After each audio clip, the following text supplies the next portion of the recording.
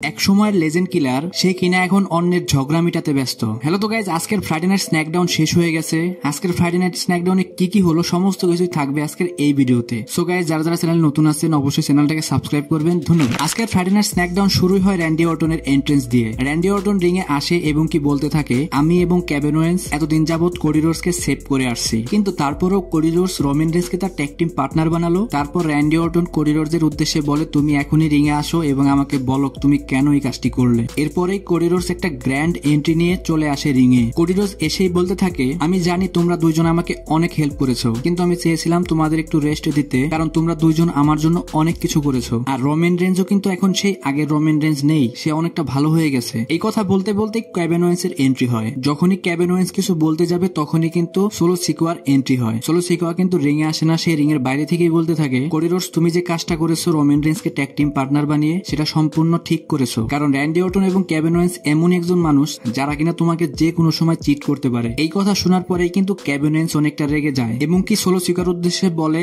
আজকে যে Friday night স্ন্যাকডাউনের main ইভেন্টটা হবে সেইখানে Kevin Weil's, Randy Orton versus solo সিকোয়া এবং জেকব ফাটুর ম্যাচ হবে, সেইখানে আমি তোমাকে দেখে নেব। সো গাইস, এই কথা বলার পরে কিন্তু এই সেগমেন্টটা শেষ হয়ে যায় এবং কি আজকের যে ফ্রাইডে নাইট স্ন্যাকডাউন যে মেইন ইভেন্টটা থাকে সেইখানে এই চারজনের ম্যাচ অফিসিয়াল হয়ে যায়। তারপরে ব্যাক স্টেজে এলে নাইট এবং আন্দ্রাদের একটা সেগমেন্ট হয়। সেইখানে আন্দ্রাদে বলতে থাকে, আমি একজন রিয়াল ফাইটার, এই জন্যই কিন্তু তোমাকে গত সপ্তাহে হারার পরও তোমার সাথে আমি হাত মিলিয়েছিলাম। যখনই তারা এইসব কথা বলছিল তখনই কিন্তু কার্মেলো হাইস এলে নাইটের উপর আক্রমণ করে বসে পিছন থেকে, এবং তারপরে কার্মেলো হেইজ এবং কি আন্দ্রাদের একটা 1-on-1 ম্যাচ শুরু হয়ে যায়। আর এই ম্যাচটা কিন্তু গত সপ্তাহের ফ্রাইডে নাইট স্ন্যাকডাউনে কিন্তু অ্যাডভার্টাইজ করা ছিল। এই ম্যাচটা একটা সাধারণ ম্যাচ হলো, এই ম্যাচে কিন্তু অন্য লেভেলের একটা রেসলিং দেখা যায়। এই ম্যাচটা শেষের দিকে মনে হয়েছিল যে এখানে আন্দ্রাদে হয়তো জিতে যাবে, কিন্তু তখনই এলে নাইটের এন্ট্রি হয় এবং কি সে কার্মেলো হেইজের উপর আক্রমণ করতে আসে। ঠিক তখনই আন্দ্রাদে তাকে বলে, তুমি এখান থেকে চলে যাও, আমাদের এখন ম্যাচ চলছে। এই সুযোগটা নিয়েই কিন্তু কার্মেলো হেইজ জিতে যায় এবং এইখানে কিন্তু আন্দ্রাদে অনেকটা এল নাইটের উপর রেগে যায়। সবাই মনেই করেছিল যে এখন হয়তো আন্দ্রাদে এল নাইটের উপর আক্রমণ করবে, কিন্তু এর মধ্যেই এল নাইট হাত বাড়িয়ে দেয় আন্দ্রাদের দিকে, কিন্তু আন্দ্রাদে হাত না মিলেই চলে যায়। সো গাইস, এখানে বোঝাই যাচ্ছে আন্দ্রাদের সাথে কিন্তু এল নাইটের একটা ফিউড হবে সামনে, এটা কিন্তু একদম শিওর। এরপরে একটা উইমেন ডিভিশনের একটা ম্যাচ শুরু হয়, যেটা কিনা বেলি ভার্সেস নিওমির। এই ম্যাচটির মধ্যে বেলি জিতে যায় এবং আপনাদের উদ্দেশ্যে বলে রাখি, এই ম্যাচটা কিন্তু ছিল একটা নাম্বার 1 কন্টেন্ডার ম্যাচ। এই ম্যাচটি যেই জিততো সেই কিন্তু ডাব্লিউডাব্লিউ এর যে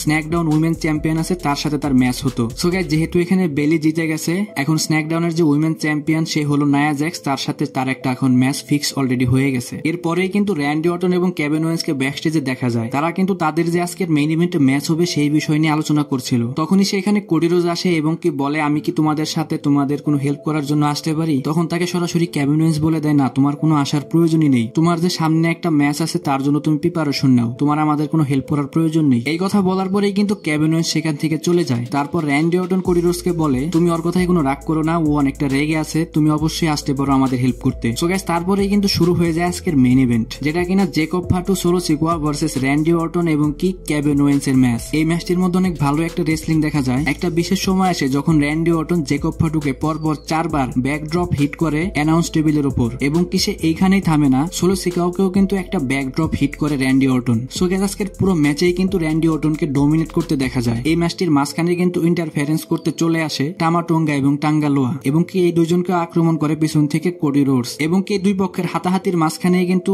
এক পর্যায়ে কোডি রোডসকে জেকব ফাটু রেফারির উপর ছুড়ে মারে। এর কারণে কিন্তু রেফারি অনেকটা সময়ের জন্য আহত হয়ে পড়ে থাকে। এর সুযোগেই কিন্তু সোলো সিকোয়ারা এই ম্যাচটা জিতে যায়, এবং কি যখনই এই ম্যাচটা শেষ হয়ে যায় তখন কিন্তু কেভিন ওয়েন্স অনেকটা রেগে যায় কোডি রোডসের উপর। কেভিন ওয়েন্স বলতে থাকে, তুমি কেন এখানে এসেছো, তোমার কারণে তো আমরা আজকে হেরে গেলাম। এক সময় মনে হয়েছিল কেভিন ওয়েন্স এখন হয়তো কোডি রোডসের উপর আক্রমণ করতে পারে, এবং কি মজার বিষয় হলো এইটা, দর্শকরাও কিন্তু কেভিন ওয়েন্সকে বলছিল যে কোডি রোডসের উপর আক্রমণ করতে, কিন্তু মাঝখান থেকে চলে আসে র্যান্ডি অর্টন এবং সে এসে দুজনকেই বোঝাতে থাকে যে কোডি রোডসকে আমি আসতে বলেছিলাম। এরপরে কিন্তু কেভিন ওয়েন্স তার ভুল বুঝতে পারে এবং কোডি রোডসকে সরি বলে। সো গাইস, এখানে আজকে ফ্রাইডে নাইট স্ন্যাকডাউন শেষ হয়ে যায়। একটা কথা যেটা কিনা আমি ইন্ট্রোতে বলেছিলাম, র্যান্ডি অর্টন এমনই একটা নাম যাকে কিনা ইতিহাসে সব থেকে সেরা হিলদের মধ্যে একজন বলা হয়। তাকেই কিনা এরকম বেবি ফেস বানানো হয়েছে যে দর্শকরা এখন কিনা এসব নিয়ে বিরক্ত হয়ে গেছে। যখনই কেভিন ওয়েন্সের সাথে কোডি রোডসের কোনো সমস্যা হয় তখনই র্যান্ডি অর্টন আসে তাদের মিলানোর জন্য। সো গাইস, এই বিষয়টা কিন্তু কোনোভাবে মেনে নেওয়া যাচ্ছে না। র্যান্ডি অর্টনের মধ্যে একজন বেস্ট হিল, সেই রকম একজন বেবি ফেস সুপারস্টার হয়ে গেছে। সো আমি পার্সোনালি চাইবো র্যান্ডি অর্টন জানি তার আগের হিল ক্যারেক্টারে ব্যাক করে। সো গাইস, আজকের ভিডিও এই পর্যন্ত। রেসলিং সম্পর্কে সমস্ত নিউজ এবং আপডেট জানার জন্য